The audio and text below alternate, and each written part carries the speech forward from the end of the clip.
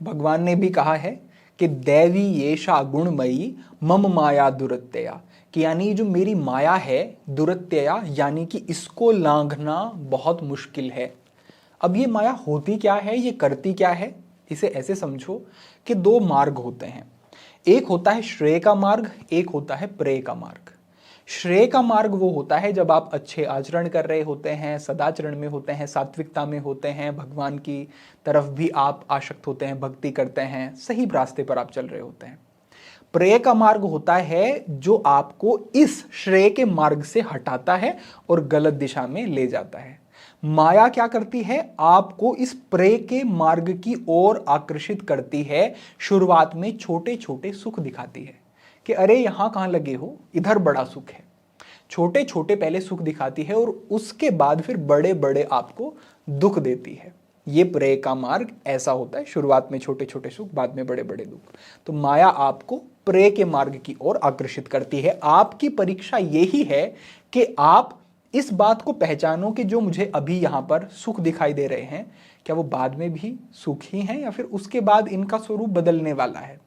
अगर आप दूर दृष्टि रखें, उसको समझ लें, तो आप भटकने से बच जाते हैं और फिर कहा जाएगा कि आप माया से अप्रभावी रहे।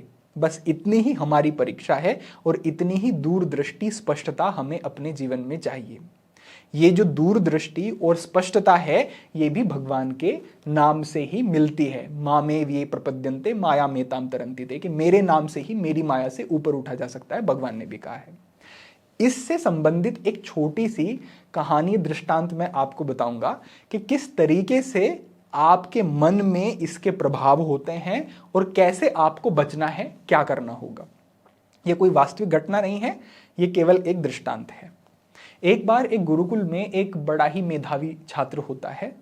वो छात्र गुरु का भी बड़ा प्रिय होता है, लेकिन उसमें एक ही कमी होती है कि उसका मन बहुत चंचल होता है और विशेष रूप से काम के भाव उसके मन में बहुत ज़्यादा कभी कभी आते हैं।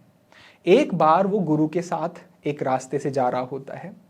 जंगल का रास्ता था, रात्रि का समय था, वर्षा होनी शुरू हो जाती है, मौसम बिगड़ जाता है। आगे बढ़ते हुए उन्हें एक नदी को पार करके आगे जाना था। अब यूं तो सामान्यतः उस नदी में पानी नहीं होता था, बहुत थोड़ा थोड़ा पानी होता था, आराम से वो उसे लांघ जाते थे। लेकिन जब वर्षा हो गई तो वो पानी उसमें ज्यादा आ गया।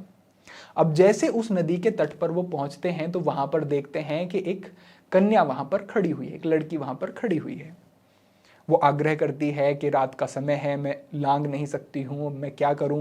वो बड़ी परेशान थी, बड़ी दुखी थी और उसकी वहाँ पर अगर वो रुकती तो जंगली जानवर भी उसके ऊपर प्रहार करते और जान भी जा सकती थी। तो गुरु क्या करते हैं, गुरु उसको अपने कंधे पर उठाते हैं और उसको पार करवा देते हैं। अब शिष्य के मन में ये बात चल रही थी कि अब मैं इसे अपने कंधे पर उठा करके पार कराऊंगा तो मुझे एक स्पर्श मिलेगा, मुझे अच्छा लगेगा। इस तरीके के विकार उसके मन में आ गए। गुरु ने उसको अपने कंधे पर उठाया और उन्होंने उसे पार करा दिया, उन्होंने उससे आशीर्वाद दिया और वो आगे चली गई। लेकिन शिष्य के मन में बार बार यही बात चलती रही कि काश मैं उसे अपने कंधे पर उठाता, काश मुझे उसका स्पर्श करने का मुझे उसको मौका मिलता। ऐसा उसके मन में विकार आ गया। अब वो जो अपनी पढ़ाई करता था, जो उसकी एकाग्रता बनती थी, जो भी चीज़ें थी वो बिगड़नी शुरू हो जाती हैं। दिन प्रतिदिन जहाँ वो बहुत अच्छा छात्र था, वो उसकी योग्यता और उसकी जो गुणवत्ता है वो कम होनी शुरू हो जाती है। वो परेशान बहुत हो जाता है क्योंकि लड़का वो अच्छा था, बस वो विवश हो गया उस विकार से, उस माया से वो बद्ध हो गया। वो एक दिन बड़ा परेशान होकर के अपने गुरु के पास जाता है और गुरु से अपनी स्थिति बताता है। गुरु उसकी बात को सुनते हैं, उसे कुछ कहते नहीं हैं, मतलब उसे कोई ऐसा नहीं दंड दें या कुछ ऐसा, रुष्ट नहीं होते हैं। उसे बस इतना कहते हैं कि बेटा, मैंने तो उस कन्या को अपनी बेटी समझ करके अपने कंधे पर उठाया और मैंने उसे नदी पार करके वहीं पर छोड़ दिया, लेकिन तुम उसे आज भी अपने कंधे पर ही ढो रहे हो और इसीलिए तुम आज यहां पर फंसे हुए हो। वास्तव में जो बाहरी अभिव्यक्ति हमारी होती है या बाहरी हमारा व्यवहार होता है, वो हमें प्रभावित नहीं करता है। उस बाहरी व्यवहार को हम अपने अंदर किस तरीके से जगह दे रहे हैं, वो हमें प्रभावित करता है। रहना तो आपको भी यही है, मुझे भी यही है, और जितने योगी जन हैं, संत महापुरुष हैं, वो भी यहीं पर रह रहे हैं, इन्हीं सब चीजों के बीच में है, इन्हीं लोगों के बीच में है। लेकिन जीवन सबका अलग अलग है। जिस तल पर आप प्रभावित हो रहे हैं, हो सकता है उस तल पर मैं प्रभावित नहीं हो रहा हूं, हो सकता है जिस तल पर मैं हो रहा हूं उससे आगे और भी बड़ी अवस्थाएं हैं जहां पर हमें पहुंचना है।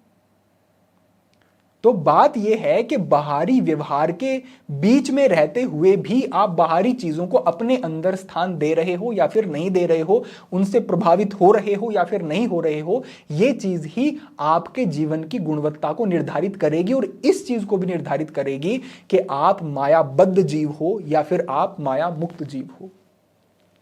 माया मुक्त होना पूर्ण रूपेण ये सरल नहीं, लेकिन एक कदम तो उठाओ, चलो तो सही, आगे बढ़ो तो सही।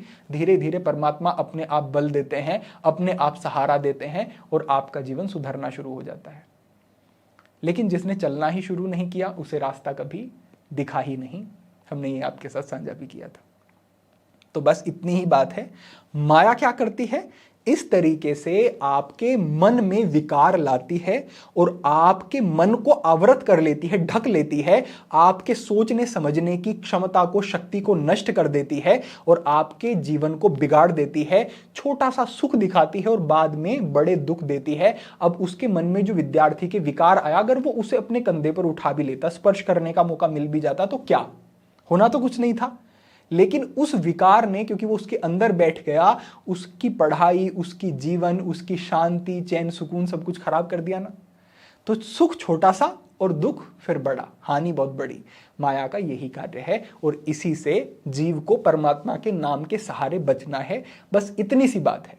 जिसको ये बात समझ आ जाती है वो अपने जीवन को बहुत हद तक सुधार लेता है, बदल लेता है और वो कितनी भी ऊंचाई को प्राप्त कर सकता है। फिर तो आपको भी अपने जीवन में ये संकल्प करना है कि हमें अपने मार्ग को नहीं छोड़ना है, हमें पथभ्रष्ट नहीं होना है। और उसका बल हमें कहाँ से मिलेगा, वो हमें भगवान से मिलेगा। उनके नाम से जुड़ना, ये हमें करना है और फिर जीवन में सब कुछ मंगल होगा। तो आज के लिए आपके लिए ये एक छोटा सा संकेत था। सभी के लिए प्रार्थना, सभी के लिए मंगल कामना। आज के लिए इतना ही। ओम नमः शिवाय।